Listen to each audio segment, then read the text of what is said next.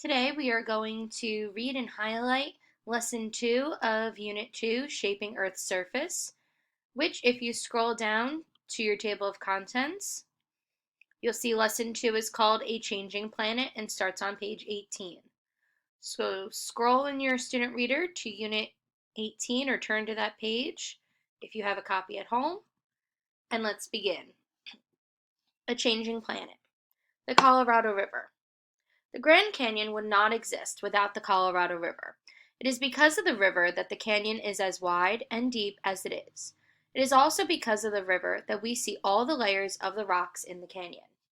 The Colorado River is 2,330 kilometers, or 1,450 miles long, and 91 meters, or 300 feet wide. It begins in the Rocky Mountains before it reaches the Grand Canyon. It gets its name from the Spanish word for red color. The river used to look red because of the red sandstone sediment of the land. Sediment is a collection of particles, rocks, minerals, and remains of plants and animals. It collects in layers over time.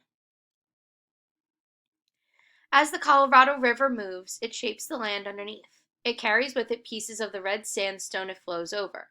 It does this through weathering and erosion. Weathering is the breakdown of rock into small pieces from exposure to wind, water, gravity, changes in temperature, and/or biological forces such as plants or animals. Wind, water, or gravity then transport the sediment to new locations in a process called erosion. Weathering and erosion often work together. For example, wind and water carry pieces of sediment that grind against rock and wear it away. Water can also seep into cracks between rocky particles and expand, making cracks larger. Over time, the rocks wear down from the inside and crumbles into sediment, which then gets carried away. How does a mountain become flat? Weathering and erosion are also powerful that they can cause tall mountains to become flat over time. Weathering and erosion can also cut through the land, carving out a canyon so large it can be seen from space. How can moving water do this?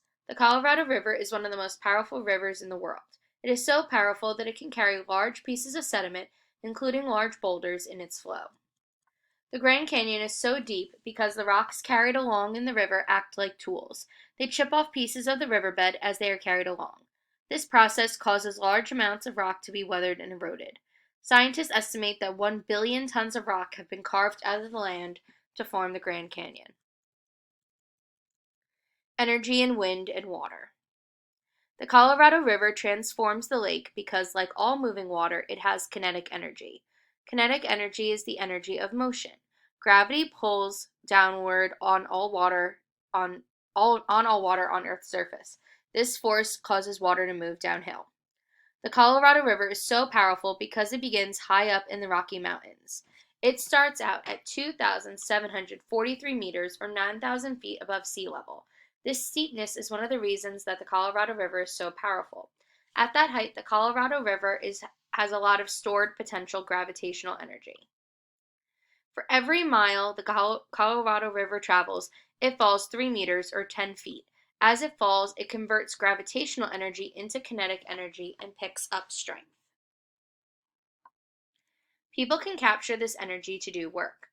Technologies such as hydroelectric dams capture the energy in water. They can turn the energy into a form of energy called electricity.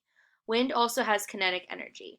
Wind and water are both examples of renewable resources. Renewable resources are those resources that can be replenished in a short period of time. For example, the Glen Canyon Dam sits on the Colorado River. People use the dam to capture the river's energy. They turn the energy into electricity that power our lights, electronics, and other appliances. Make sure you have everything highlighted and then move on.